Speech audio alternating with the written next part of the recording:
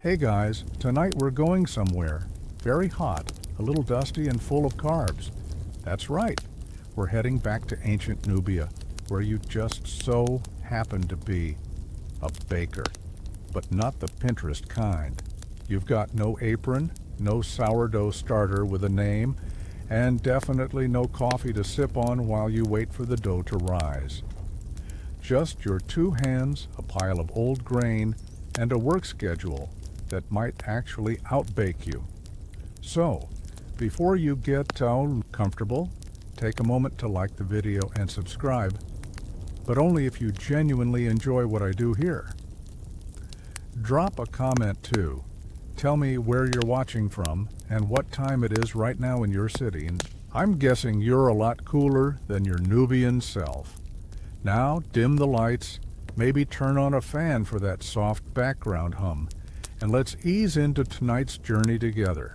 You wake up before the sun, not because you're ambitious, but because once that sun's up, your little baking workshop turns into a furnace. You're lying on a mat made of woven reeds, the kind that creaks a little every time you shift your weight. The mud brick walls still hold onto a bit of heat from last night's fire, and you swear something just crawled across your toe. Hopefully, it's not the same lizard that likes to hang out in the ceiling corner. You pull on your slightly musty linen wrap, slip into your palm fiber sandals, and scratch your neck where something bit you last night. The Nile may be generous, but it's also mosquito central. Outside, the air is damp and earthy. Your home sits just above the river's edge, on slightly raised ground where the mud is packed firm beneath your feet. Careful not to step on that rope. Oh wait, no, it's a snake. Never mind. Same difference. Your neighbor is already casting his net into the river, giving you a sleepy nod. You respond with an equally sleepy shrug. That's pretty much the full extent of morning conversation around here. Efficient. The sky begins to lighten, with soft streaks of blue and pink bleeding into the fog. A heron stands motionless by the reeds. Somewhere in the distance, a child starts crying, probably over breakfast. It's fish again. It's always fish. You're not cooking at home this morning. Your real kitchen is a public baking workshop on the east side of the village. It's got a couple of clay ovens and stone prep tables, and if you don't get there before the others, well, have fun waiting in line until midday. And let's be real.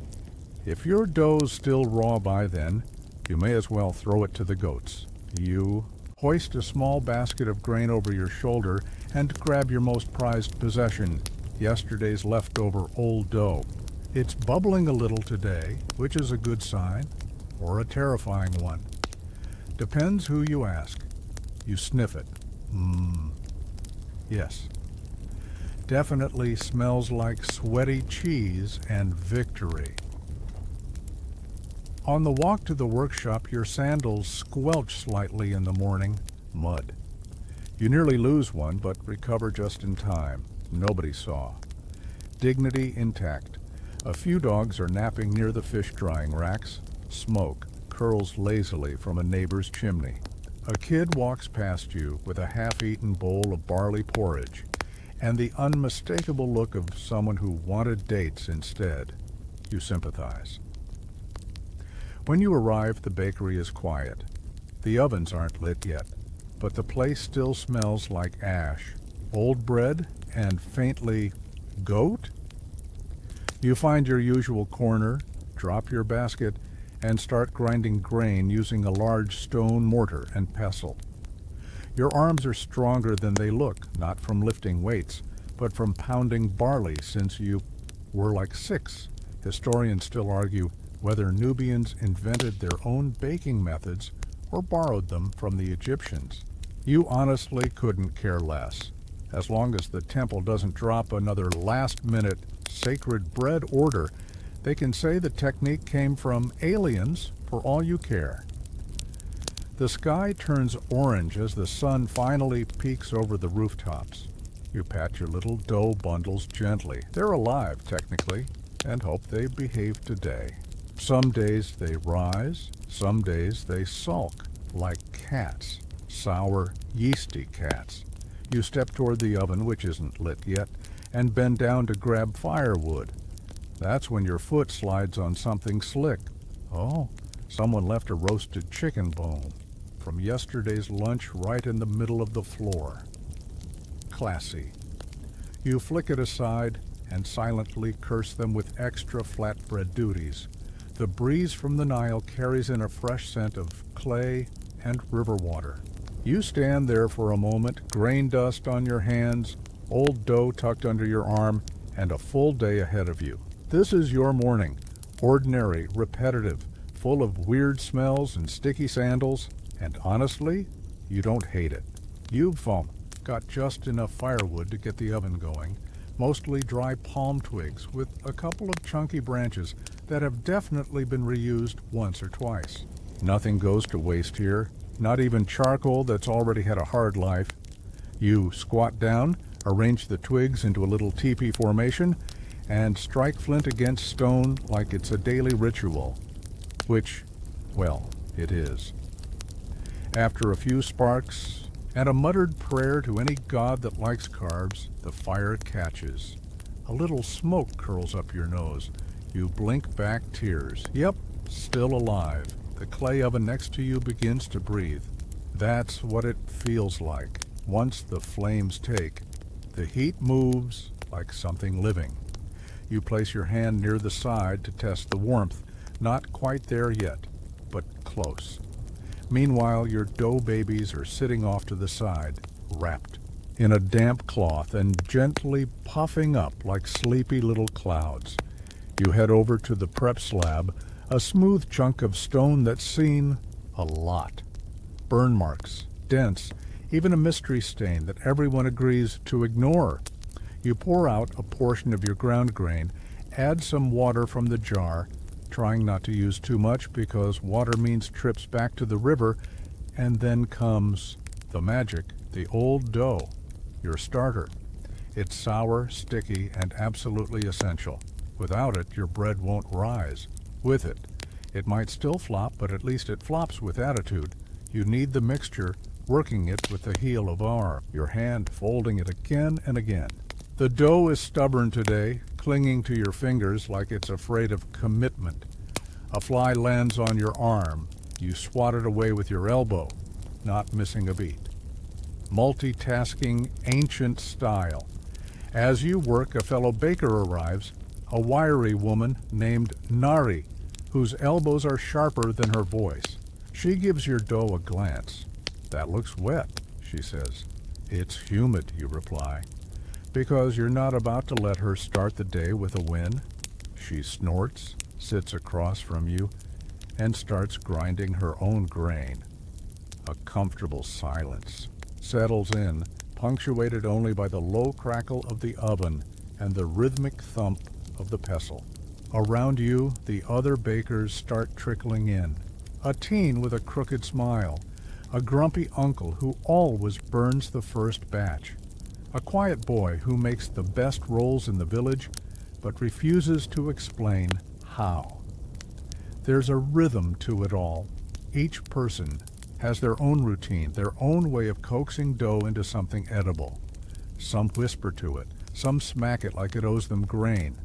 You hum low and off-key as you shape the dough into little round loaves. It helps you focus. It also annoys Nari. Bonus. Here's a fun fact. In ancient Nubia, bread wasn't just food, it was currency. You could pay your taxes in loaves, trade them for fish, offer them to the gods, or, in your case, give one to the temple priest once a week to make sure he forgets that little incident with the over-salted offering.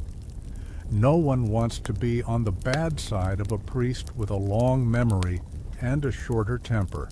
By mid-morning, the heat is building fast. You lift the lid on the oven and feel the whoosh of warm air hit your face. Good, hot enough. You arrange your loaves on a flat paddle, mutter another quick prayer, you're really covering your bases today, and slide them in. Then comes the wait. You lean against the wall, wiping sweat from your brow. Outside, the village is wide awake now. Children chase chickens. A goat tries to climb a basket. Someone is yelling about stolen dates, which probably means not stolen, just borrowed indefinitely. You check your loaves. Still rising, edges turning golden. You smile. They might actually turn out okay today. You pull out one early to check. The bottom's crisp, the top puffed, and, oh, there's a small beetle in the dough. You flick it off, shrug, and decide it adds protein. Ancient problems, modern solutions. Historians still debate whether ancient Nubian bread was always baked this way, direct on the clay, or sometimes wrapped in leaves, or maybe buried under hot coals. You've tried all three. You prefer the bob, clay method, easier cleanup, fewer leaves to catch fire. Your next batch goes in. Nari gives you a grudging nod of approval. Not bad, she says. Try not to burn yours this time, you reply with a grin. She rolls her eyes, but doesn't deny the burn. You finish your baking run with a few flatbreads, quicker to make, and they're a hit at the market, especially if you smear them with honey, or, if you're fancy, crushed dates and a pinch of salt. But salt is rare. You usually fake it with dried river herbs and hope no one notices. By noon, your basket is full of bread, your arms are coated in flour, and your face has the glazed look of someone who's been baking for hours without caffeine.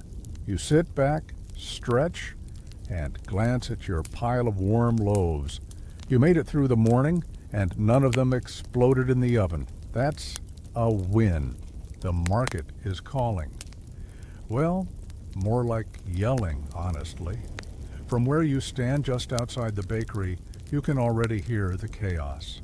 Donkeys braying, merchants shouting over one another, and someone trying to play a reed flute that really shouldn't be played in public. You wipe your hands on your tunic, which is already 70% flour and 30% regret. Then grab your basket of freshly baked bread.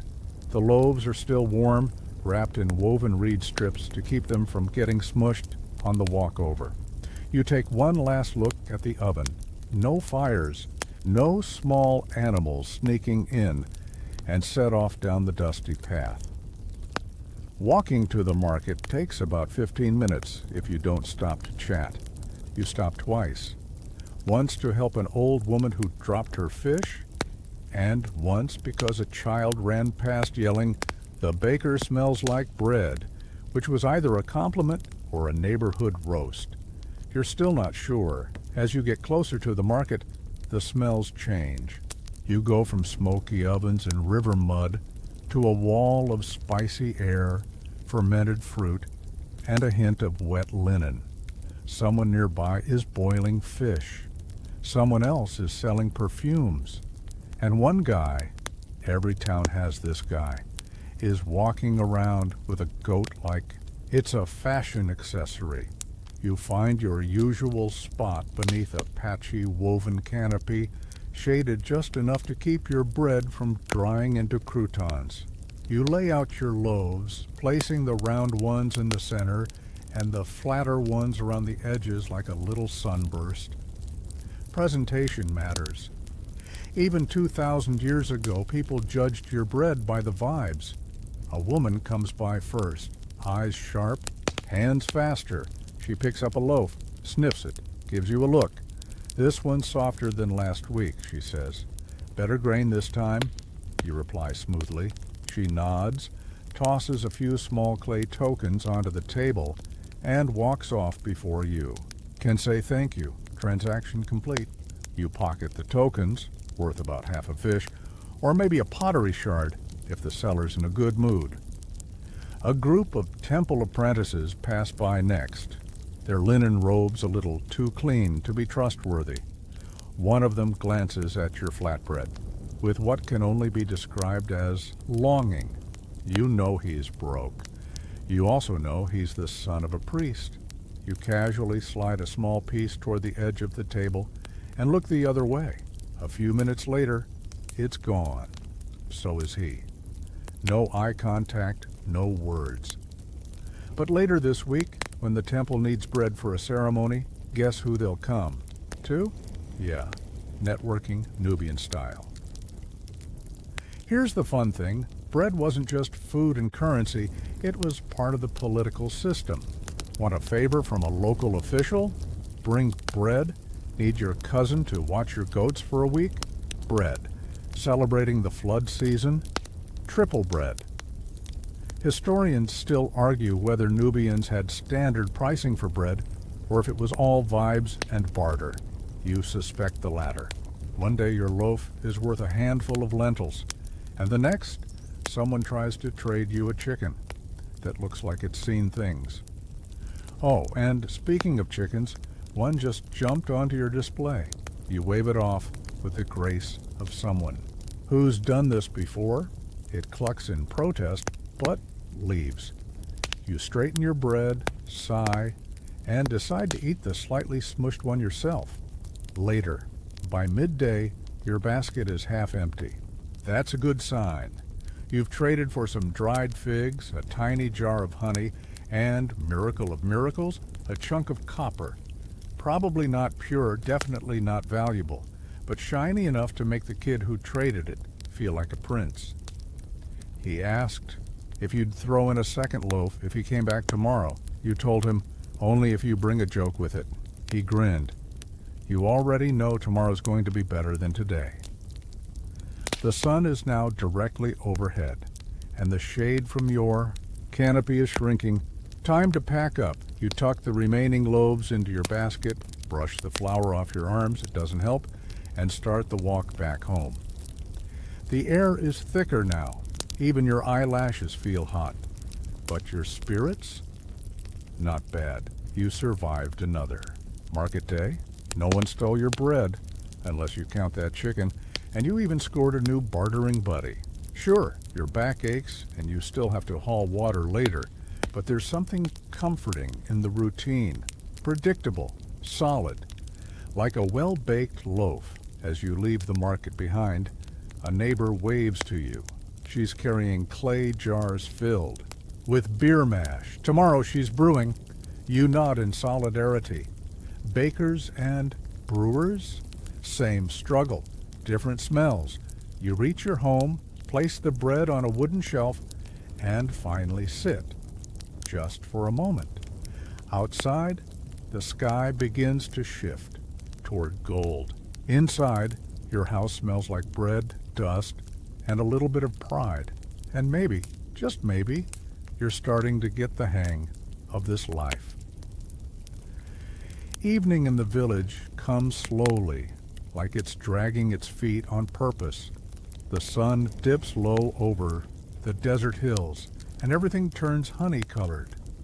You sit on the worn stone step outside your little clay house, munching on the smushed flatbread from earlier. It's a little tough around the edges, but that's what teeth are for, right? The air finally starts to cool. A breeze swirls past, carrying the scent of the river, dust, and someone's dinner burning a few houses over. Classic, you lean back and watch as families return from the fields. Children race each other home with sweaty foreheads and bruised knees, and a couple of elders settle under a shady tree to play a game involving tiny pebbles and an alarming amount of quiet judgment. Inside your house, the remaining loaves are stacked neatly on a shelf made of reed and old pottery shards. They won't last long. You'll trade or give most of them away by tomorrow. That's part of the rhythm. Bake, trade, eat, repeat. Now that the heat is fading, it's time to clean the tools. You head around to the back where your grindstone sits like a sleepy turtle, ancient, solid, and impossible to move without regretting it. You kneel beside it and begin the nightly ritual, brushing off stray grain, checking for cracks, and muttering under your breath, about how you really should have replaced it 3 flood seasons ago. Grinding grain is no joke. In fact, ancient. Nubian women were often identified in skeletons by the way their knees and backs had worn down from decades of grinding flour. You feel that in your bones. Literally. There's a specific ache in your shoulders that no amount of stretching fixes. Still, you're kind of proud of your calluses. Each one is proof you made it through another day. A neighbor passes by and calls out, "Any bread left, baker?" You smile and wave. If you bring your own basket, it's a little ritual you've both repeated for years. She laughs and keeps walking. As you finish up, you pause for a second to listen. The village is humming now. Soft voices, distant drums, the occasional burst of laughter. And wait, yep, there it is. Frogs. The ones that live in the marsh near the river. They start singing around this time every evening, a kind of croaky lullaby. You head back inside, but not before lighting a small oil lamp and setting it in the window. Not because you need the light, but because it tells your neighbors, "Hey, I'm home, and no, I don't want to talk right now unless it's urgent or snack related." You settle in with your own modest dinner, some lentils, a chunk of bread, and a few dried herbs sprinkled on top to pretend you're fancy. You chew slowly, watching the shadows stretch along the floor. Every sound feels softer now. Even the air seems thicker, like it's wrapping the village in a warm linen blanket. Here's something neat. While ancient Nubia was often overshadowed by its flashy neighbor, Egypt, historians now recognize how independent and advanced it really was. They had their own language, their own customs, and their own way of doing things, like building giant grain silos or baking bread in communal ovens, or absolutely refusing to let anyone else tell them how long to soak their lentils.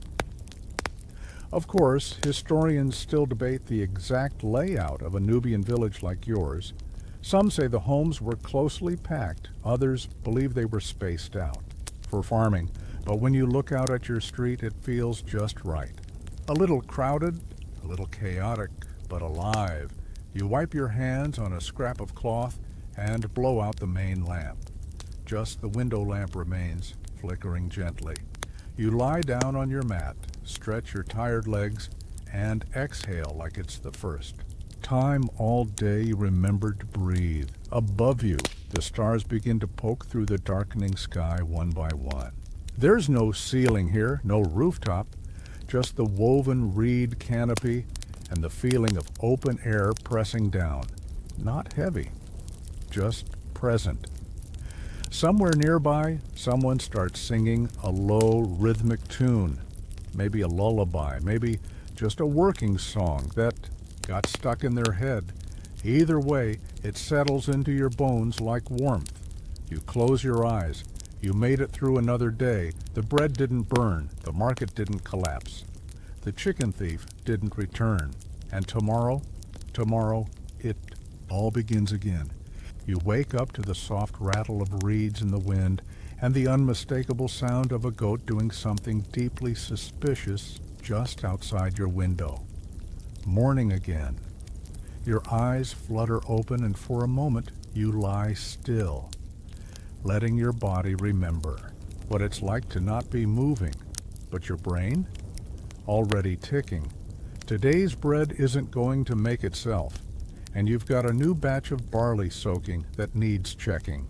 You groan a little as you sit up. Your back cracks in a way that suggests you've aged 5 years overnight. The first thing you do is splash cold water on your face from the clay jar beside your bed. It's refreshingly shocking. You towel off with a piece of linen that's seen better centuries and tie your hair back into something loosely resembling order. You're not trying to win a fashion contest. You're trying not to dip your braids in dough. Outside, the village is yawning awake. Smoke curls up from a few early fires, and someone's kid is already yelling about losing a sandal. The smell of wet earth mixes with ash and grain in the air, and you can feel the first edge of sunlight peeking over the clay rooftops. Today you're making festival bread. Why? Because the temple's hosting a little ceremony tonight, and one of the priests asked for it 2 days ago in the way priests always ask for things, with vague instructions and the assumption you just know. So you knew. Or at least, you nodded like you did. Festival bread means more work. It's thicker, sweeter, and made with better grain. Sometimes dates are mashed in. Sometimes honey is drizzled on top. Sometimes you get a compliment from a priest. That one's rarer than the honey. You gather your tools: grindstone, mixing pot, paddle, and the special flat pan for shaping. The barley has soaked nicely overnight, plumping up like it's ready to party. You drain it into a strainer made from woven reeds and set it in the sun to dry just a little. Not too long, or it'll get sour. Unless that's what the temple wanted, you're 80% sure they don't want sour bread. Probably you start grinding. It's meditative in the way that only repetitive physical labor can be. Your arms find the rhythm, the stone sings its soft scrape, and the barley slowly transforms into flour. You hum a little tune as you work, nothing specific, just whatever your brain makes up between yawns. Here's the thing about Nubian festival bread. It wasn't just food, it was a message, a symbol, a gift to the gods, and a flex to your neighbors. Look what we made with our good grain, it says. Look how sweet our lives are. And if that message happened to be a little burnt around the edges, hey, still counts. Once the flour's ready, you mix it with water, a bit of old dough for fermentation, and luxury of luxuries, a spoonful of date paste. It smells amazing. You knead the dough until your hands ache, then shape it into rounds and flatten them gently. The sun's higher now, baking the village even before your oven does. You light the fire and wait for it to burn down to coals. This is the tricky part. If you rush it, the bread bakes unevenly. If you wait too long, well, last time you waited too long, a neighbor wandered by and asked if you were still open, or just pretending to be a baker. You don't talk to her anymore. You slide the loaves onto the hot stone base of your oven, cover it with the clay lid, and pray to whatever kitchen gods exist that nothing explodes. While the bread bakes, you clean your hands, sip some barley water, and watch your shadow stretch out across the dusty ground. For a moment, it's peaceful. Then you smell something. Not smoke exactly. Not fire, just too done. You rush back, lift the oven lid with a cloth, and catch the bread just in time. Not burned, just extra crispy. You pull the loaves out one by one, setting them on a woven tray to cool. They look good. A little dark, but the kind of dark that makes people say, "Ah, you can really taste the firewood." You let the bread rest as the day slides into its slower, hotter hours. By mid-afternoon, a temple boy comes jogging by to collect the offering. He's about 12, clearly hot, and definitely unimpressed. He eyes the bread. You raise an eyebrow. He shrugs and mutters, "Smells okay." "Tell the priest it's extra holy," you say with a straight face. He doesn't laugh, but you do, a little, once he's gone. You wipe your forehead and lean back against the wall of your house, feeling the brick warm against your skin. You've got flour on your arms, smoke in your hair, and enough temple credit to maybe trade. For a few vegetables later, not a bad day's work. Above you, the sun begins to slide toward the western hills. The shadows get longer. The frogs are probably already warming up for tonight's concert. You close your eyes for a second, letting your body rest. Not sleep, just that kind of stillness where you let your mind wander. This life, it's hard, yes, but it's yours. And on days like this, when the bread doesn't burn and the temple kid doesn't trip and drop it in the river, you feel like maybe, just maybe, you're doing okay. Your back is still sticky with leftover heat as evening rolls in like a slow wave, folding the village into its dusty arms. You stretch your arms overhead, bones popping like dried twigs, and let out a long sigh that sounds older than you probably are. Dinner tonight is going to be simple. Leftover bread, again, maybe some lentils if you're lucky, and a few dried. Figs from that one trader who occasionally flirts with you in exchange for generous rounding errors. He's got a crooked smile and suspiciously nice sandals. You don't ask questions, but before food, you need water. You grab your biggest jar, well, the biggest one that doesn't leak, and start the walk to the river. It's not far, just a few minutes past the outer huts and down the slope where reeds grow like gossip, tangled, loud, and always leaning into other people's business. The path is familiar, worn smooth by generations of bare feet. You dodge a sleepy chicken, nod at an elder sitting under a fig tree, and wave at two kids chasing each other with sticks that have somehow become magic serpents of doom. And then you see it, the Nile dot golden in the fading light. It moves with a kind of confident laziness, like it knows everything and is just too chill to brag. The river is the reason you're alive. It gives you water, grain, fish, mud for bricks, and occasionally a good excuse to take a long walk when the village feels too loud. You kneel at the edge and fill your jar, watching tiny ripples spread outward. A frog blinks at you from a lily, pad like it's silently judging your posture, whatever frog. And here's a fun fact to tuck behind your ear for later. In ancient Nubia, the Nile wasn't just water, it was direction. Instead of north and south, people often talked in terms of upstream and downstream. Geography was personal, shaped by the flow of the river, not by some map carved into a dusty wall. You balance the full jar on your shoulder and begin the trek back, adjusting slightly as it sloshes with every step. You pass two women who nod approvingly. Good form, solid water carry. You pass one man who offers to help carry it for a price. You laugh. He's wearing pants with one leg shorter than the other. You keep walking. Back home, you pour the water into the cool jars inside your shaded kitchen corner. That's the good stuff, filtered by time, sun, and probably a frog or two you didn't notice. Then comes the fun part, the bath. Okay, not a real bath. That's for festival days, or if you're trying to impress someone. But a good scrub with water and a reed fiber cloth, that's just sanity. You clean your arms, your feet, your neck.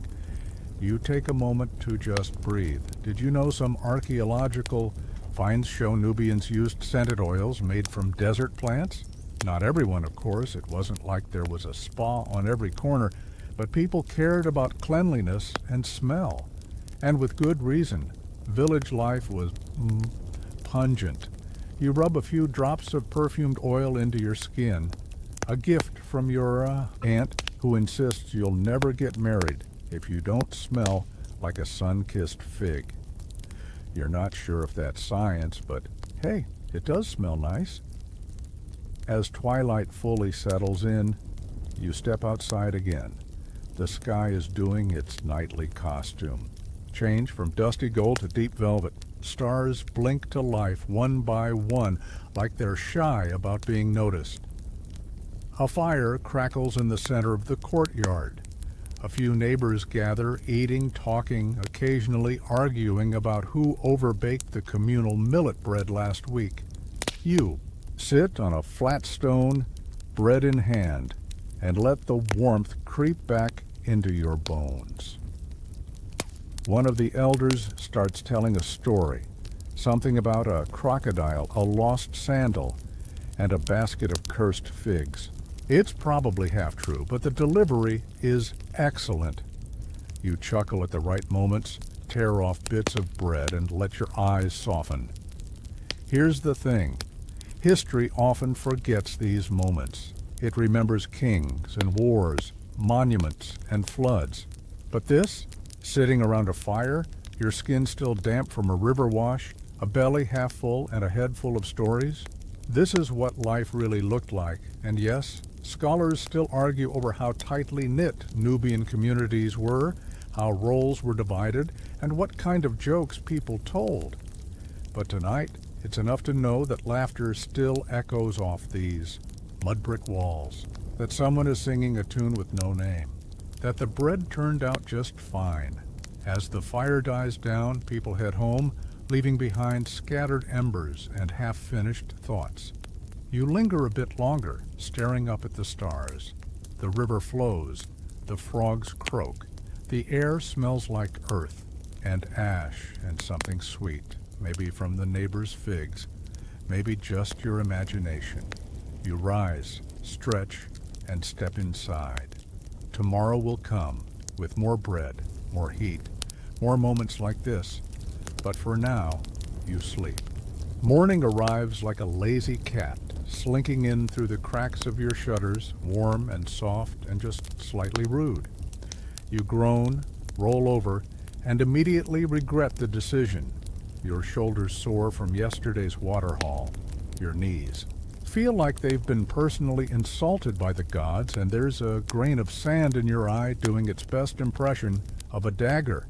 But hey, you're alive, and it's market day. You sit up slowly, stretch, and mumble something halfway between a yawn and a swear. Outside, the village is already buzzing. There's something in the air on market days.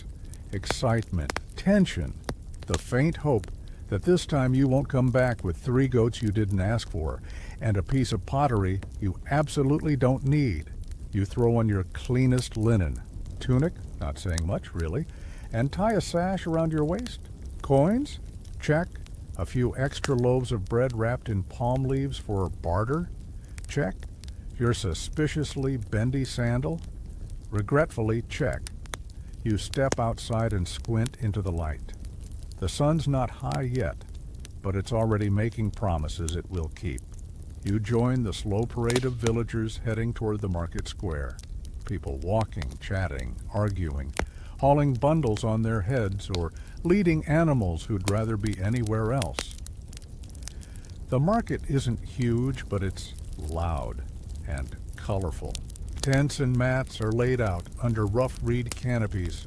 Baskets overflow with lentils, dried fish, ceramic beads, and the kind of fruit that's just soft enough to make you suspicious. A man with a large turban is shouting about freshest honey this side of the cataract, even though you're pretty sure his bees live in his cousin's backyard. You take your time, walking slowly past the stalls, soaking in the sounds and smells, charcoal smoke, goat fur, roasted barley cakes, and a distant hint of donkey drama. You greet the butcher, wave at the pottery lady, who may or may not have overcharged you last time, and pause at the bead vendor. And here's where we pause to drop a knowledge nugget. Nubian marketplaces weren't just for buying and selling.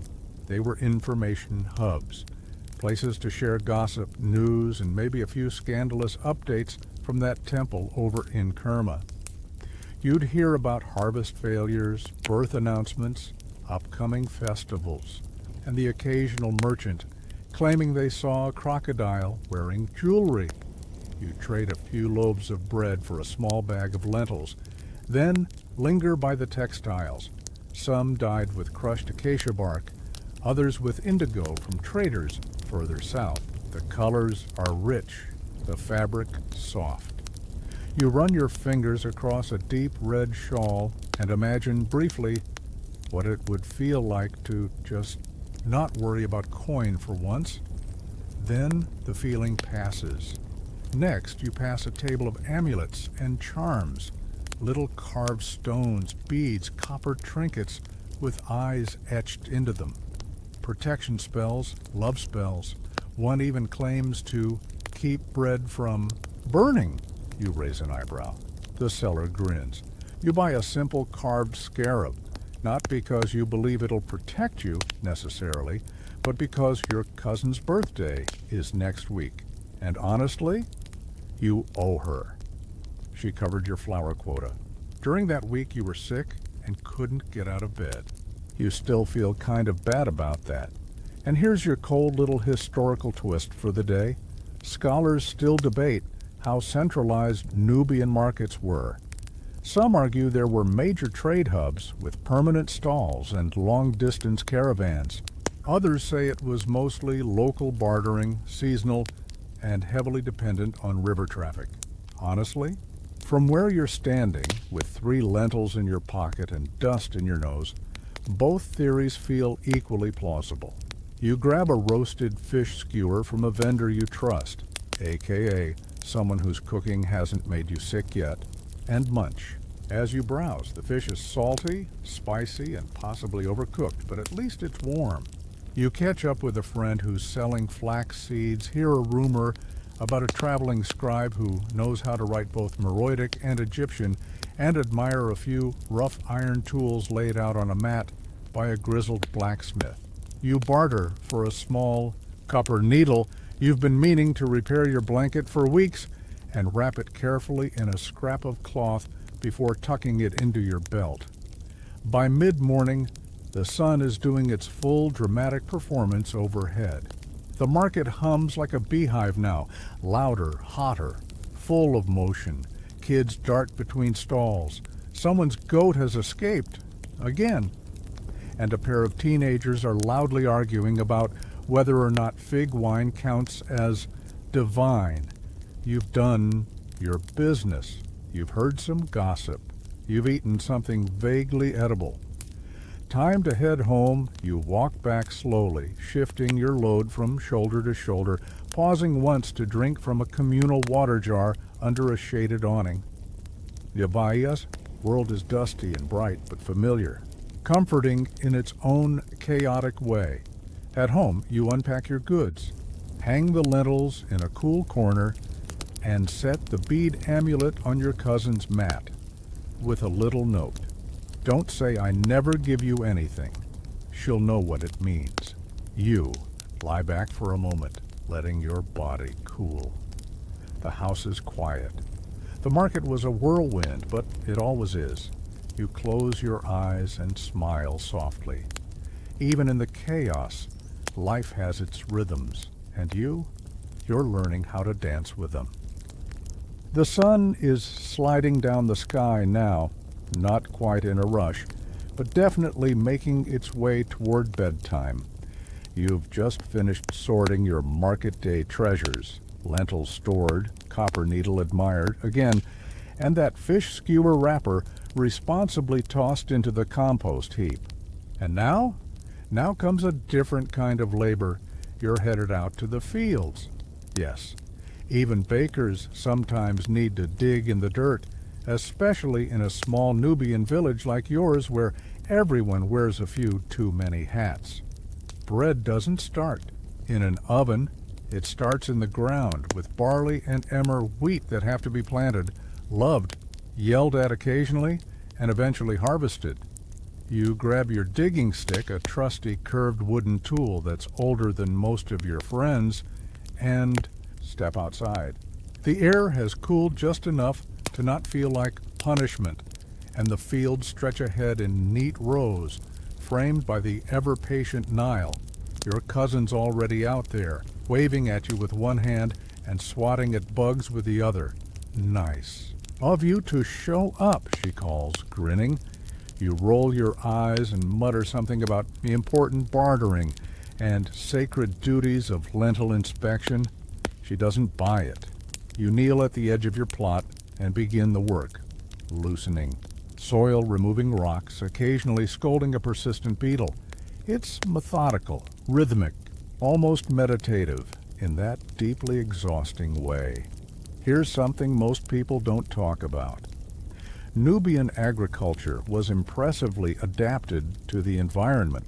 Farmers used the natural rise and fall of the Nile to their advantage, timing their planting around the floods and relying on the dark, fertile silt it left behind. But outside of those cycles, watering crops meant teamwork, buckets, canals, and the kind of patience usually reserved for baking sourdough. You pause to wipe, sweat from your brow, and glance down the rows. The emmer is coming in well. Green shoots peek from the earth like sleepy snakes. If the flood's good this year, you might even have enough to trade for honey. Real honey. None of that nectar of unknown origin from last time. As you dig, your cousin hums. It's a song your grandmother used to sing, half lullaby, half harvest chant, and definitely off-key. But it makes the work lighter, so you hum, too. The two of you talk as you work, about nothing mostly. Someone's chicken has gone rogue again. The village elder keeps forgetting your name and calling you that flower kid. A friend got caught, sneaking date wine into the granary, and now has to scrub the temple floor for a week. Classic. You hear the crunch of footsteps behind you and turn to see an old man with a bent back and a mischievous grin. He leans on his staff and nods toward your half-weeded row. In my day, he says, we had proper weeds, big ones. We used them for shade. You laugh. You should come pull a few for old time's sake. Oh no, he replies, retired. Too wise for weeding now. He sits nearby and offers advice you didn't ask for, which is kind of his brand. You let him talk. He's seen more floods than anyone else in the village, and while he sometimes confuses wheat with sorghum, he also once predicted a storm by watching how his cat slept. So you take notes. As the sky darkens, the air gets cooler. A breeze drifts in from the river, carrying with it the smell of wet soil, fish, and evening fire smoke. You sit back, arms sore, but satisfied. Rows are weeded, soil is turned. The little green shoots seem grateful, maybe. Or maybe that's just you projecting. It's been a long day, and here's your weird historical tidbit for the evening. In ancient Nubia, farming tools were often passed down through generations, their handles smoothed by 100 hands. Some had little carvings, names, animals, even prayers to bless the harvest. Yours has a faded sun scratched near the grip. You don't know who did it, but it always points up when you hold it right. Feels like luck. Your cousin calls it a superstition. But she still borrows it when her wheat's looking limp. You and she carry your tools back together, dragging your feet just enough to raise little puffs of dust. The old man trails behind, still narrating something about how frogs are excellent. Meteorologists, you return the digging stick to its spot, brush the dirt off your knees, and step into the house just as your stomach grumbles like a distant sandstorm. Time for supper. Again, but this time it's special, because you remembered just in time, thank the gods, that today is bread stew night. One pot full of scraps, stale bread, lentils, a handful of herbs, and a dash of river salt. Not fancy, but deeply comforting. Like a warm hug from someone who understands your back pain. You eat slowly, sitting cross-legged near the doorway. The stars are starting to blink overhead. You can hear crickets and the occasional splash from the river. Someone down the road is playing a flute, badly but enthusiastically. You take another bite of stew and sigh. Today was long. Your hands are sore, but the rows are clean. The bread will rise tomorrow, and the fields are whispering promises in the dark. You're not rich, you're not powerful, but you're part of something steady, a rhythm older than any temple, a story written not in stone, but in loam and laughter and lentils. And tonight, that's enough. Evening settles in like a well-worn blanket, scratchy in places, but familiar. The stars blink into view above your village, one by one, like old friends showing up fashionably late to the party. The air is cooler now, finally, mercifully. You sit outside your house, stew bowl empty, stomach satisfied, arms still vaguely vibrating from the fieldwork. You could head to bed. You should head to bed.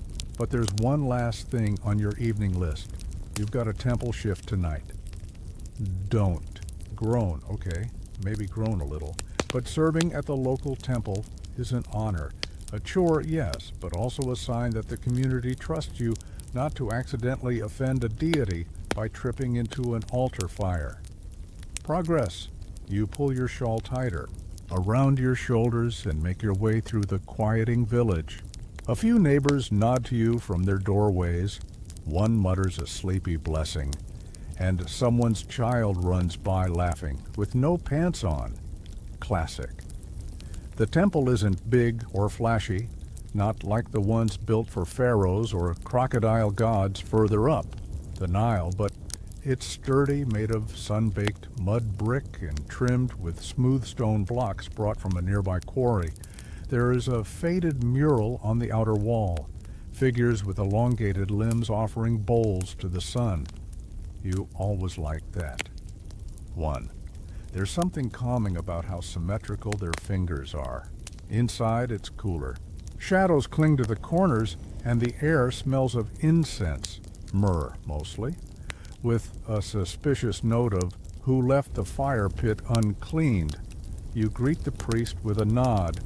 He's already mid-chant, eyes closed, voice low and steady. You know, better than to interrupt. Your job tonight is simple. Light the oil lamps, check the offerings, tidy up the floor, and most importantly, don't mess anything up.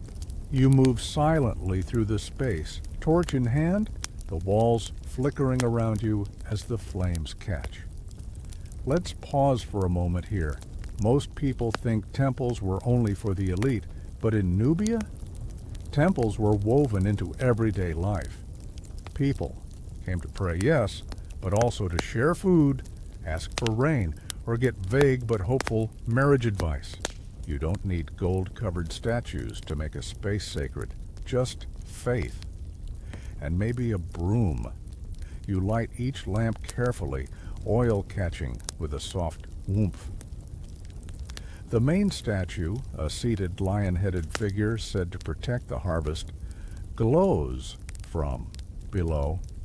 Her eyes seem to follow you, but not in a creepy way, more like a stern aunt making sure you're not about to spill anything. The offering table still holds this morning's gifts, a cluster of dried figs, a tiny carved frog, and what appears to be, is that a chicken feather tied to a shell? Probably a charm, or a dare. Either way, you leave it alone. Don't question the god's fashion sense. You sweep the floor slowly, listening to the priest's chant as it echoes through the chamber. You've heard this one before. It's a protection prayer, often recited during flood season. Some verses are ancient. Some were probably made up last week. No one minds. It's the rhythm that matters. Now for your favorite part, candle duty. You've always liked tending the light. There's something peaceful about flame. The way it moves, the way it hums softly like it knows something you don't.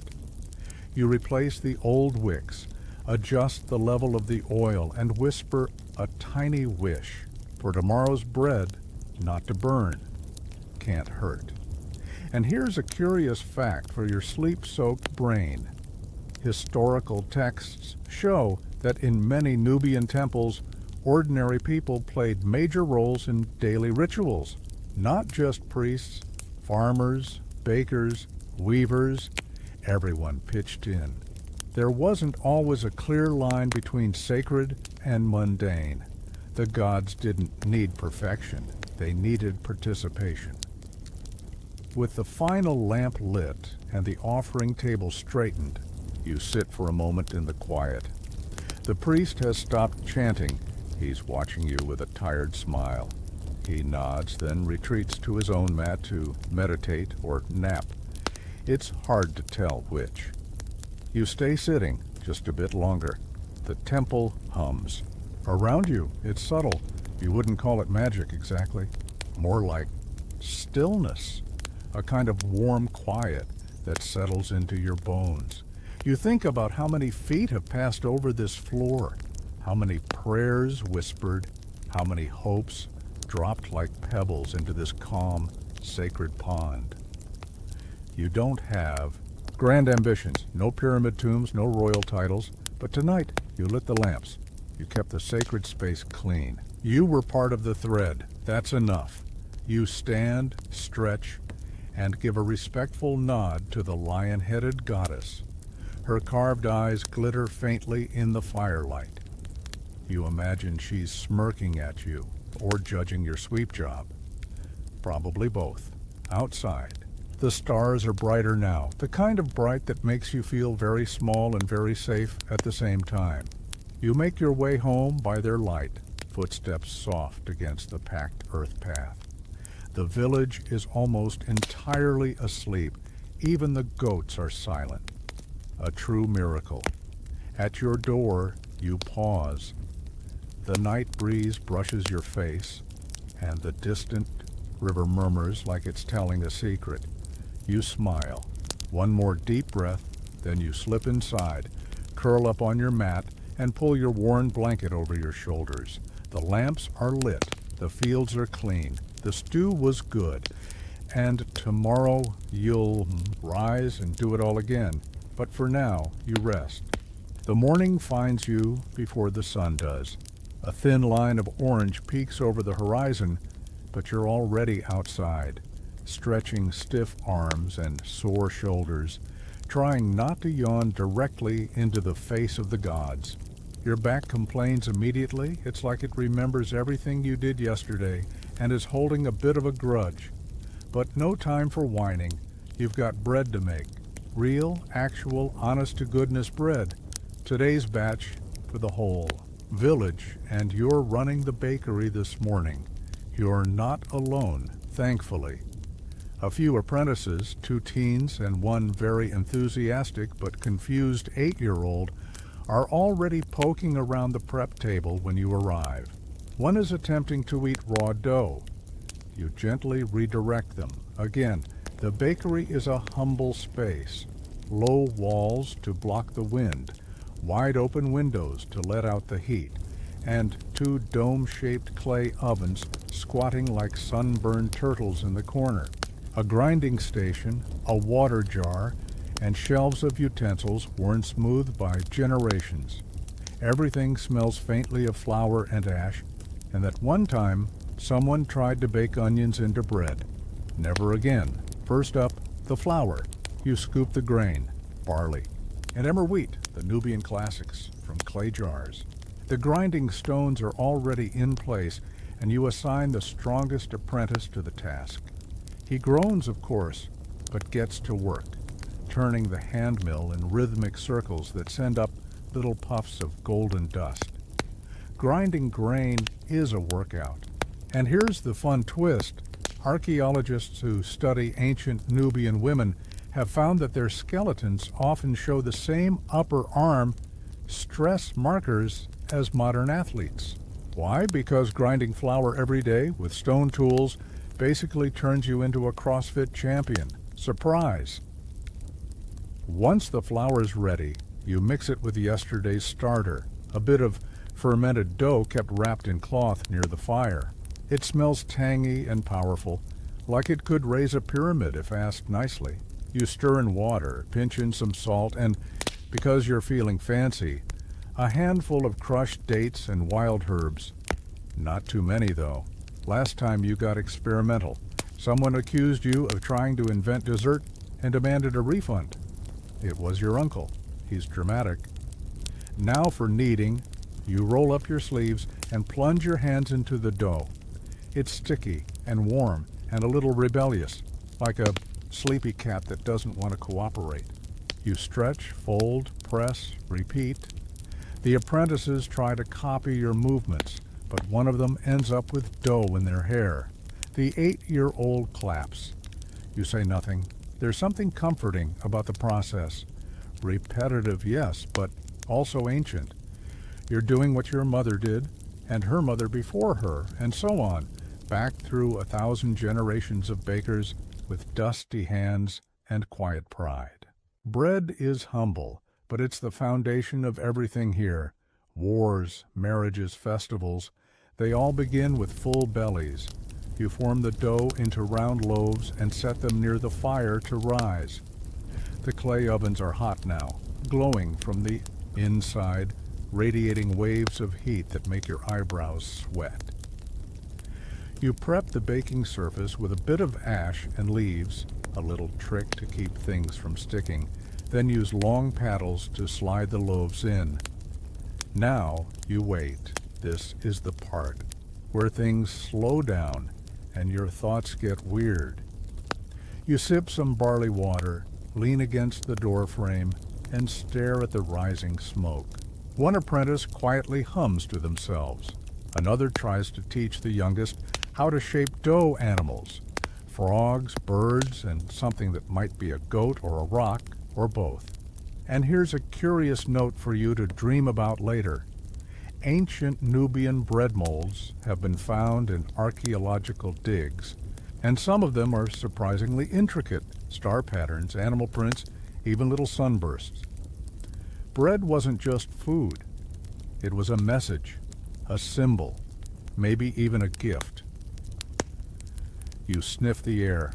The loaves are browning. You check them one by one, tapping, each for that hollow thump that tells you they're done. You pull them out with practiced ease, lining them up to cool while the apprentices fan the air to keep the smoke at bay. It's chaotic, it's messy, it's perfect, and of course, tradition demands you sample one. Quality control, obviously. You tear off a piece, crispy on the outside, soft and chewy inside, still steaming. The herbs give it a grassy kick, and the date sweetness is subtle. You nod to yourself. This is good bread, very good bread. The apprentices cheer when you give them the go-ahead to distribute it. They grab baskets and start running loaves around the village, shouting greetings and dodging goats. It's noisy, joyful, full of crumbs, just as it should be. You pack a few extra loaves into a wrapped cloth and set them aside. For the priest, for your cousin, for the old man with the meteorologist frog theory. You know who needs them most. As the fire dies down and the baking rush ends, you finally sit, just for a minute. You lean back against the warm wall of the oven and let the bread smoke wrap around you like a blanket. The world feels still. A historian once wrote that bread is civilization, that the moment humans decided to farm grain and bake it into something nourishing, we became something else. Storytellers, builders, bakers, dreamers, and sitting here now, with flour on your shirt and ash on your nose, you believe it. You're not just feeding people. You're keeping the rhythm alive. And that rhythm smells delicious. The bread's baked, the kids are off, delivering it like slightly confused dough-covered storks, and for a moment, just a moment, you think you might get to sit down and do nothing. Ha! Cute. Your cousin bursts through the alley like he's late for a war and waves something at you. It's a message. Well, technically it's a scrap of bark with a few very large symbols on it that may or may not spell your name. But the gist is clear. You're needed at the river.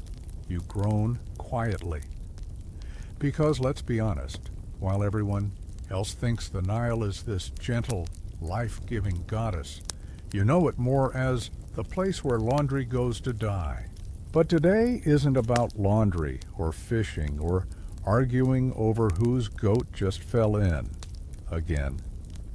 Today, your village is hosting a trade boat. That's right.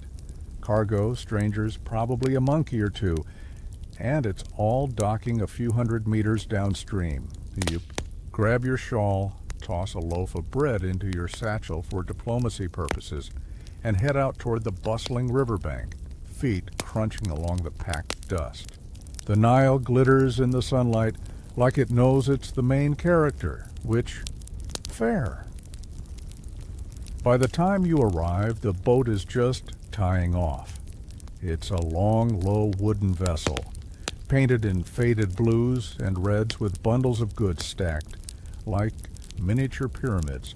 The traders aboard wear jewelry that clinks softly as they move, and their sandals are fancier than yours. One of them has very shiny teeth, suspiciously shiny. Like, do you brush with gold dust? Shiny. Your village elders are already in deep conversation with the captain, whose hat is too tall to be practical and therefore probably very important. You hang back, watching the whole scene unfold. Here's a little behind-the-scenes history tidbit. While Egypt gets all the fame, Nubia was crucial in ancient trade. Gold, ivory, incense, leather, exotic animals, you name it. It probably came through here. And unlike the image of ancient civilizations as isolated kingdoms, Nubia was full of exchange, collaboration, and just the right amount of merchant drama. You're nudged forward by your cousin.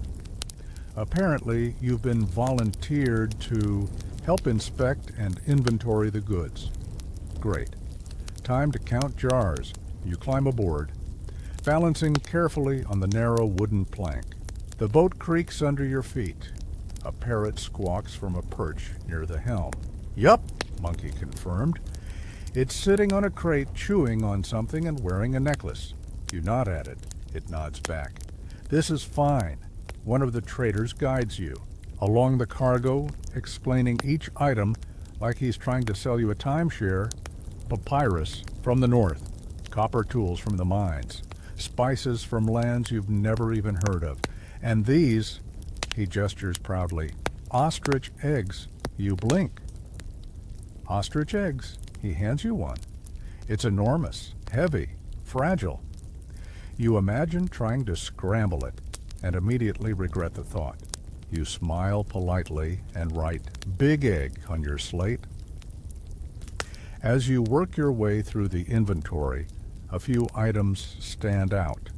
A carved ebony comb shaped like a lotus, a folded bolt of linen dyed an unnatural shade of blue, and, most intriguingly, a sealed jar labeled only with a spiral symbol.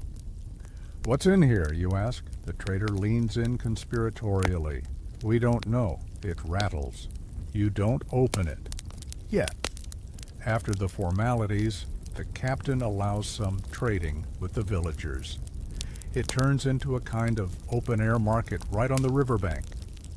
Your neighbors offer up baskets of dried fish, carved wooden toys, clay jars of beer, and, naturally, your bread. One of the sailors bites into a loaf and lets out a sound that's somewhere between a sigh and a prayer. You beam with quiet baker pride. And here's something you didn't expect. They want your herbs, the wild stuff you used in the bread. Apparently, it's rare up north. Suddenly, you're the unofficial herb dealer of the day. You trade a pouch of it for a beautifully woven fan and a tiny metal frog that might be a good luck charm, or just a very expensive paperweight. As the afternoon melts into early evening, you sit near the edge of the dock, feet dangling just above the river. One of the sailors strums a stringed instrument softly, and the monkey, yes, still wearing the necklace, dances in a way that's either impressive or deeply cursed. It's hard to say. You think about how strange and wonderful it is to meet people from so far away. Their language is different, their customs unfamiliar, but here you are, trading, laughing, sharing food. Bread, it seems, is a universal translator. Oh, and in case you're wondering, historians still debate how far and wide Nubian trade really reached. Some evidence suggests links as far as India or the Levant. Others say that's a stretch. What's certain is that Nubia wasn't some forgotten backwater. It was a hub, a place where worlds collided and cultures mingled like spices in a stew. As the traders begin to load back onto the boat, you wave goodbye with your new fan, your new frog, and a faint sunburn on your nose. The monkey throws something into the water, probably important. The boat drifts off, sails catching the golden light. You walk back to the village, the scent of river mud and spices still lingering in your nose. And as you step into the familiar warmth of home, you realize something. Tomorrow might be quieter, less exotic, more flower, fewer monkeys, but today was a very good day. The stars are just beginning to peek out by the time you reach home, that deep indigo sky stretching over Nubia like a silk blanket. You could probably stop now, call it a day, soak your feet, stare at the ceiling while your brain replays awkward moments from the trade market. But of course, you have one more job, the gods, or rather, the temple. The priests don't exactly demand bread as tribute, but they sure expect it to appear at the same time every evening like it's on divine autopilot. You have a wrapped cloth of still warm loaves tucked under your arm.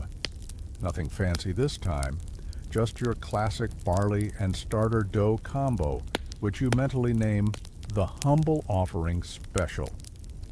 The temple itself sits on a low rise at the edge of the village, framed by two crooked date palms, and a small, slightly grumpy-looking statue of the lion-headed goddess Sekhmet. She seems to be judging your bread. You ignore her, respectfully. Inside, the air changes. Cooler, thicker, less noisy world, more quiet spirit. The temple isn't massive. This isn't Thebes or Memphis after all, but it's well kept. Incense curls through the dim corridors, mingling with the scent of oil lamps and polished stone. The walls are covered in painted scenes, gods seated on thrones, kings making offerings, birds flying eternally toward the sun. Some are faded, some freshly repainted by the temple apprentices who seem to have invented their own shade of blue. A priest greets you with a nod, his linen robes perfectly pressed and absolutely unsuited to grain-based labor. You hand over the bundle of bread, and he unwraps it like it's treasure, murmuring thanks to you and probably a short message to the gods like, "Look, real carbs." Here's a fun little historical nugget to chew on. Nubian temples were deeply influenced by both local beliefs and Egyptian rituals. There was a whole fusion happening. Local gods like Apetamak, the lion deity, mixed with the big Egyptian pantheon names like Amun and Isis. In fact, Nubian rulers sometimes claimed full priestly status, which was like being both president and pope. Talk about multitasking. Back to you, though. Before you can leave, the priest raises a hand. Would you help with the offering? You blink. That's new, but sure. You're not doing anything else besides walking off the 10 miles. Of monkey chasing from earlier, you follow him deeper into the temple, to the inner sanctuary where only a handful of people are allowed. It's quiet here, almost too quiet. Your sandals sound very loud. The statue at the heart of the sanctuary is small but powerful, a figure of Amun, god of air and hidden things, carved from black stone that seems to absorb the lamplight. You can't see his eyes, but you feel like he's looking directly into your soul and probably judging your bread rise technique. The priest kneels and places one of the loaves on a small altar before the statue. You mimic the motion, placing yours next to his. It's a simple thing, this gesture, but it carries centuries of weight. Bread was more than food. In rituals, it stood in for prosperity, peace, stability. A world where things continue to grow, where people wake up and do the same sacred tasks each day. In this quiet moment, surrounded by stone and smoke, you get it.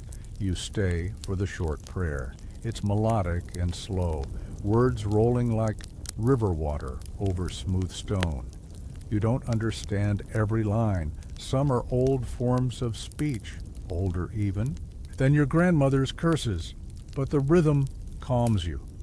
Afterward, as you walk home under the stars, the cool night air brushes your cheeks, and you start to hum the melody, just softly. You pass a neighbor herding sleepy goats. He nods at you like, "Another holy carb delivery done?" You nod back, a little smug. When you finally reach your hut, you sit at the doorway, legs stretched out, eyes up. It's late. The fire's low. The village is settling into its nighttime hush. A few distant voices, a dog somewhere barking at a toad, the sound of someone spilling water and cursing quietly. You let your head tilt back and look at the stars, bright, scattered jewels in a sky so dark it makes you feel small and huge at the same time. People forget sometimes that ordinary life was the miracle. The rituals, the offerings, the bread baking at sunrise, and the prayers at dusk. They weren't boring. They were the structure of meaning. And as someone who just fed a village, traded with a monkey, and got spiritually evaluated by a stone god, you're feeling pretty miraculous yourself. The next morning arrives not with a whisper, but with a very aggressive rooster who seems to have a personal vendetta against sleep. You groan. Everything aches. Your legs from yesterday's endless walking, your arms from kneading, your soul from that one moment you locked eyes with a monkey who knew too much. But duty calls. Again. You drag yourself outside, where the sun hasn't fully risen, but the sky's already glowing a faint peach at the edges. Nubia is waking up around you. Neighbors lighting fires, children chasing each other with sticks that are absolutely not swords, except they definitely are. And somewhere in the distance, the sound of someone very passionately arguing with a donkey. You begin your day's prep, soaking grains, starting the first batch of dough, checking your herb jars. One is mysteriously empty. Suspicious. You make a mental note to interrogate the children. Politely, but there's something else today, something you almost forgot. The census. Now, census might sound like a boring government checklist, and, okay, it is a little boring. But in ancient Nubia, especially during periods of Egyptian influence, a census was a big deal. It meant someone official, usually with a stick, a scroll, and a hat that said, "I am more important than your chickens," was coming to record who you are, what you do, and more importantly, how much grain you produce. Spoiler, too much. The census. Takers are due any minute. You wipe your hands on your apron and try to look like a responsible adult who didn't just debate theology with a parrot yesterday. When the census group arrives, it's a lot. There are scribes with reed pens and very serious faces, a few guards who look like they want something to guard really badly, and one man who's clearly the head official. His robe is 2 shades cleaner than anyone else's, and he has the smug energy of someone who never gets flour on himself. Name? He asks. You give it. He doesn't spell it right, obviously. Profession?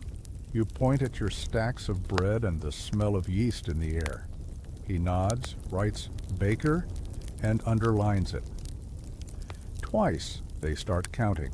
Loaves, jars of grain, sacks of barley, clay bowls, baskets, one of which is inexplicably full of feathers, and even your cat. Yes, apparently cats count now.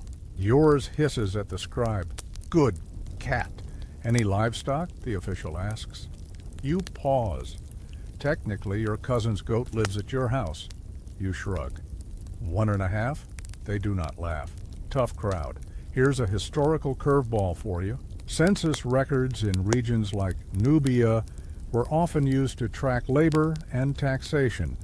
If you were a baker, a portion of your output might be claimed as state rations, especially if you were under the jurisdiction of Egyptian rule, which means congratulations. You might be baking for the royal granaries whether you want to or not. The official looks at your kneading trough and frowns slightly. This is quite large. You smile politely. I have big dreams. He doesn't. Like jokes. He scribbles something else on the scroll, nods to his assistants, and just like that, they move on to the next house, trailing dust and judgment behind them. You sigh in relief. Then remember, now you actually have to deliver your tithe loaves. So you go back to kneading, elbow deep in dough, humming a little song your grandmother used to sing. Something about flour and fate and never trusting men with shiny sandals. The morning passes in a blur of rolling, shaping, baking. By noon, your hut smells like a festival. You pack the tithe loaves into a basket, your best ones, naturally, and set off toward the granary on the east side of the village. It's run by a man named Takinu, who somehow manages to be grumpy and cheerful at the same time, like a walking paradox wrapped in linen. He inspects your bread like it might be haunted, then nods. Good crust. Slightly smug aroma. You'll take it. You mark your delivery in the ledger, which is mostly just a clay tablet with your name etched in like a grocery list carved in stone. And just as you're about to head home, Takenu clears his throat. There's a festival coming, he says. You freeze. What kind? He grins. The kind with judges. Uh-oh. Festivals in Nubia were serious business. Music, dancing, offerings, drinking things that probably shouldn't be drinkable, but also competitions, including baking competitions. And you just got drafted. Apparently the elders volunteered you, again, to represent the village in the Sacred Loaf Contest, where bakers submit their best bread to be judged by a panel of priests, elders, and one guy who only eats crust. It's tomorrow. No pressure. You walk home slowly, mind racing, planning recipes, wondering if you can convince the monkey to be your sous chef. But deep down, you're excited, because while baking for gods is an honor, and feeding your neighbors is survival, baking for pride, that's a whole other flavor. Sleep? What is sleep? You barely get a wink, because tonight, you're not just a baker. You're the baker. The one carrying the honor, reputation, and ego of an entire village into a competitive bread showdown. And unlike yesterday, where your biggest stressor was census scribes and a cat with attitude, today you're up against the loaf elite. The Sacred Loaf Festival is held annually, an old tradition, with roots that stretch deep into Nubian culture, and even older regional rites. It's part religious observance, part community bonding, and part subtle excuse for one-upmanship, the kind where your aunt just happens to mention that her daughter's bread won 3 years in a row. No pressure. You start preparing before dawn. You've chosen your best recipe, a barley honey loaf with dried sycamore fig and a whisper of cinnamon. Not too sweet, not too simple. A crowd pleaser. You hope everything has to be perfect. The grind of the barley, the fermentation time, the burnished crust. You even sing to the dough. Not because it helps, but because your grandmother said it scared off bad spirits of undercooking. Meanwhile, outside, the village is buzzing. You can hear drums in the distance, the clatter of jewelry, and the occasional shout of, "No, that's my goat," which could mean anything, really. By late morning, you're dressed in your cleanest linen, well, cleanish, and carrying your competition loaf in a woven basket lined with papyrus leaves. It's warm, heavy, smells like caramel, and toasted history. You arrive at the festival grounds near the river bend. It's colorful chaos. Families dancing, kids running in painted masks, merchants shouting over each other, and a musician playing something that might be a harp or might be a chicken coop strung with twine. The bread table is front and center. Other bakers are already placing their entries. You eye the competition. One has a sesame crust that sparkles like sand. Another shaped their dough into a falcon. Extra points for art, probably. You take a deep breath and place your loaf down with as much dramatic flair as you can muster. Then you wait. Judging begins around midday. A panel of 3 elders, 1 priest, and a traveling merchant who claims to be a bread critic. But you're 70% sure he just likes snacks. Steps up. They examine each loaf like it's a sacred relic, touch the crust, sniff the crumb, break, open the middle and close their eyes dramatically, and then your turn. The priest picks it up, breaks it clean in half. There's a soft gasp from the crowd. You hope it's about the texture and not your sweat. They taste it. One elder mumbles, "Interesting." The critic says, "Subtle fig, bold finish." You're not sure if this is a review or a wine tasting. The priest just nods once and says, "Balanced," which, in priest speak, is practically applause. Here's something fun you didn't expect. Bread competitions were kind of a thing in ancient cultures. In Egypt and Nubia alike, bakers were held in high esteem. After all, they're work-fed workers, nobles and gods. And yes, while no formal Great Nubian Bake-Off is carved in stone, there are ceremonial texts that describe offerings of elaborately prepared loaves during major festivals. So you're in good company. The rest of the day drifts by in a haze of food, dance, and minor sunburn. You drink palm wine from a clay cup shaped like a fish. You watch a child lose a wrestling match with a goat. You hear rumors that someone snuck in a store-bought loaf from up north, which is a scandal of truly cosmic proportions. At last, the oath results. The head elder stands up, calls for silence, and announces the winners. You're not first. That honor goes to the falcon-shaped loaf with actual gold leaf dusted on top. Rich family, go figure. But you're second. Second. The crowd cheers. Your neighbors shout your name. Someone throws flower petals. You're blushing. You pretend. You don't care. You care very, very much. As you walk home, basket now empty but your heart extremely full, a few children run ahead of you, pretending to be bread judges and making exaggerated noises. You laugh. Loudly. Because being a Nubian baker is hard work. Hot ovens, long hours, grain dust in your hair. But moments like this, when flour becomes pride and yeast becomes joy, totally worth it. You tuck yourself into bed that night, sore and satisfied. The stars are back, the night air is cool, and the soft smell of fig and spice still lingers on your fingers. And just before sleep takes you, you think, next year, first place is yours. The days after the festival settle into a quieter rhythm, like the village itself is collectively exhaling after holding its breath for one long, loaf-scented celebration. But for you, you're still buzzing. Not just from the second-place win, which your aunt has now told everyone, including a passing camel merchant, but from something deeper, a quiet kind of confidence, a slow-baked pride. You're no longer just a baker, you're your village's baker.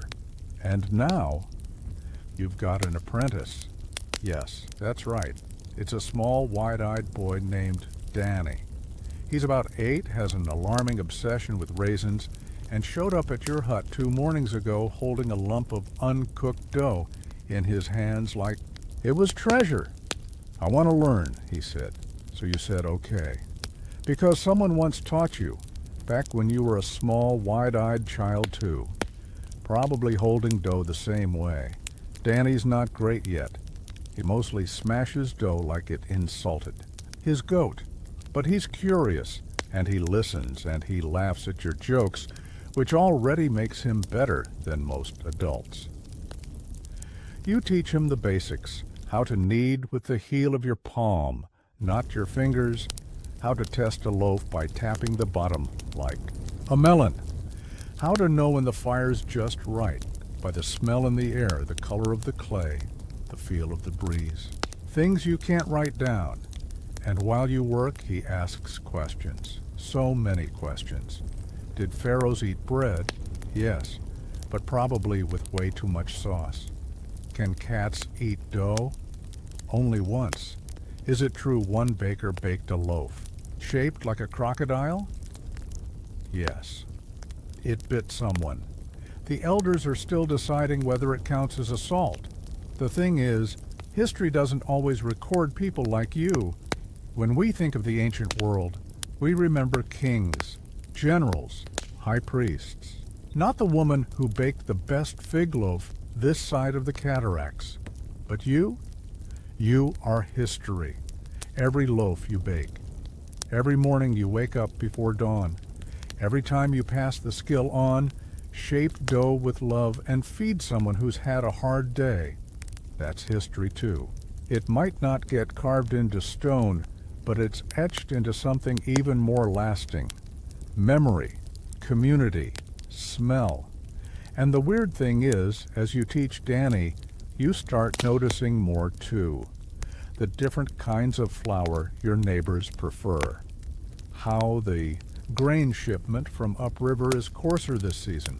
Possibly a new trade partner. How the temples started requesting smaller loaves lately. Budget cuts? Or a new god who prefers snacks.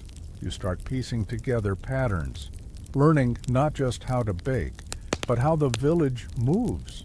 And yes, there are still weird days, like the one where someone drops off a fish as payment. You don't cook fish. Or when a wandering poet asks to sleep in your oven because it has good acoustics. You gently declined. But they're your weird days. In the evenings, you and Danny sit outside your hut, eating warm slices of something experimental, like date honey coriander flatbread, which you're pretty sure is either genius or heresy. The sun sets slow over the hills. The Nile glows like melted copper. Your cat curls up in the flower basket again, and everything for the moment is okay. Sometimes you think about what the future might bring. Will your name last? Will Danny pass the recipes on? Will someone, hundreds of years from now, dig up a broken bread mold and wonder who you were? Sufarv? Oi. Don't know. But you do know this. You lived a life of purpose. You fed people. You taught someone who'll feed others. And once you made a loaf so good, it got applause from a man who wears earrings shaped like pomegranates. And that really is enough. And now your journey as a Nubian baker gently fades into the night. The ovens cool. The last embers dim to a soft orange glow. Outside your hut, the breeze rustles through papyrus leaves, carrying the faint scent of river silt and roasted grain. You lie back on your woven mat, your muscles warm from the day's work, and your heart even warmer. The cat has claimed your feet again. Of course, the stars above the Nubian sky blink lazily like they too are stretching into dreams. Somewhere, you can hear a flute playing, or maybe it's just the wind through reeds.